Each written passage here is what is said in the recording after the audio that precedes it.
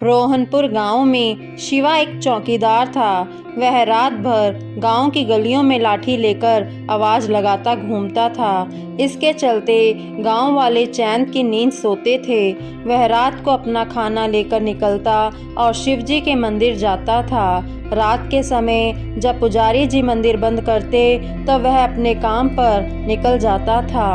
एक दिन पुजारी ने उससे पूछा, शिवा, यह सभी गांव वाले सुबह मंदिर आते हैं तो रात को मंदिर आता है, उसके बाद मंदिर बंद होने तक बैठा रहता है। शिवा पंडित जी से कहता है, जब तक मैं भगवान के दर्शन नहीं कर लेता मैं अपने काम पर नहीं जा सकता। दूसरा, जब तक भगवान बैठे रहते हैं मुझे गांव की चिंता नहीं है। जब ये सो जाते हैं तब मैं गांव की रखवाली करने निकलता हूँ। पुजारी कहता है, तुझे इतना विश्वास है शिव जी पर? शिवा कहता है, हाँ पंडित जी, मेरा अटूट विश्वास है। इसी तरह समय बीत रहा था। एक दिन मंदिर में एक सेठ जी आए और पुजारी जी से बोले, पंडित जी, मेरे कोई संतान नहीं है, मैं भगवान भोलेनाथ की पूजा करना चाहता हूँ। पंडित जी सेठ जी की पूजा करवा देते हैं। पंडित जी कहते हैं, भगवान ने चाहा तो तुम्हें अवश्य संतान की प्राप्ति होगी, लेकिन उसे लेकर मंदिर में दर्शन करने अवश्य आना। 1 साल बाद सेठ जी के घर बेटा पैदा होता है। वे अपनी पत्नी व बच्चे के साथ मंदिर पहुंच जाते हैं। सेठ जी पंडित जी से कहते हैं, भोले बाबा ने मेरी पुकार सुन ली।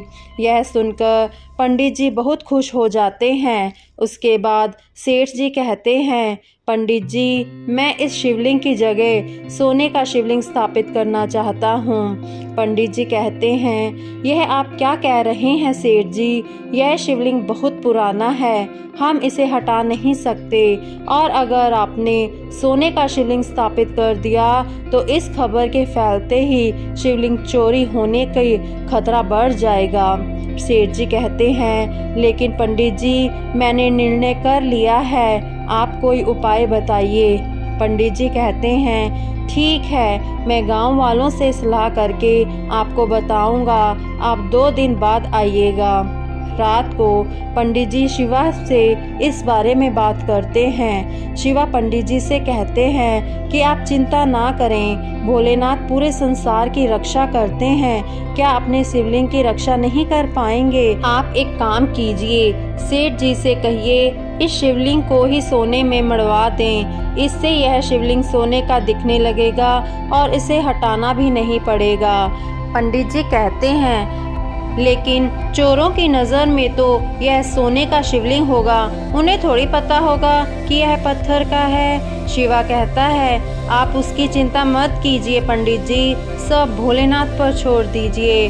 पंडित जी अगले दिन सेठ जी को सब बता देते हैं। सेठ जी शिवलिंग पर सोना लगवाने का काम शुरू करवा देते हैं। 1 महीने में शिवलिंग सोने का दिखने लगता है। एक दिन पंडित जी शिवा को बुलाते हैं और कहते हैं, शिवा, तुम्हारी बात मानकर मैंने सेठ जी से शिवलिंग पर सोना तो मढ़वा दिया, लेकिन रात में इसकी रखवाली करना तुम्हारे जिम्मेदारी है। शिवा कहता है, पंडित जी, वैसे तो मेरे रहते पूरे गांव में चोरी नहीं हो सकती, लेकिन फिर भी मैं मंदिर का विशेष ध्यान रखूंगा। एक दिन रात को शिवा मंदिर के पास से गुजर रहा था तो उसने देखा मंदिर के द्वार खुले हैं और एक आदमी शिवलिंग के पास कंबल ओढ़ कर बैठा है। शिवा उसके पास पहुंचा और कहता है, तू कौन है और मंदिर का द्वार कैसे खोला? चोर है क्या तू? वह आदमी कहता है, नहीं, मैं चोर नहीं हूँ, मैं केवल यह सोना हटाना चाहता हूँ, तुम इस सोने को ले जाओ। शिवा कहता है, क्या मतलब है तुम्हारा? इस सोने को क्यों हटाना चाहता है? वह आदमी कहता है, यह सोना तुम्हारे कारण लगा है, इसलिए मैं चाहता हूँ कि यह सोना तुम ही ले जाओ। शिवा कहता है, आप कौन हैं और ऐसा क्यों बोल रहे हैं? तभी वह आदमी भगवान शिव के रूप में प्रकट हो जाते हैं और शिवजी जी कहते हैं, मेरे और मेरे भक्तों के बीच ये सोने की दीवार खड़ी कर दी है तुमने। मेरे भक्त जो भी श्रद्धा से अर्पण करते थे वो इस सोने पर ही रह जाता है, मुझ तक नहीं पहुंच पाता और ना मेरे भक्त मेरे दर्शन कर पा रहे हैं। शिवा यह सुनकर भगवान के पैरों में गिर जाता है और कहता है, प्रभु मुझे माफ़ कर दीजिए, मैं अज्ञानी इसको समझ ही नहीं पाया, आप तक जल भी नहीं चढ़ पाया, मैं अभी इस सोने को हटा देता हूँ।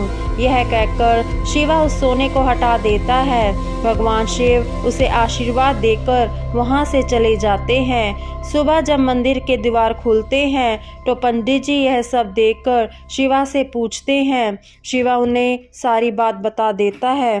पंडित जी उसी समय सेठ जी को बुलाते हैं और सब बात बताते हैं। सेठ जी कहते हैं, प्रभु मुझे माफ़ कर दीजिए, मुझसे बहुत बड़ी भूल हो गई, अपनी जिद के कारण मैंने आपकी पूजा में बाधा डाली। उस दिन से मंदिर में पहले की तरह पूजा होने लगी। सेठ जी ने वह सोना गरीबों में दान करवा दिया।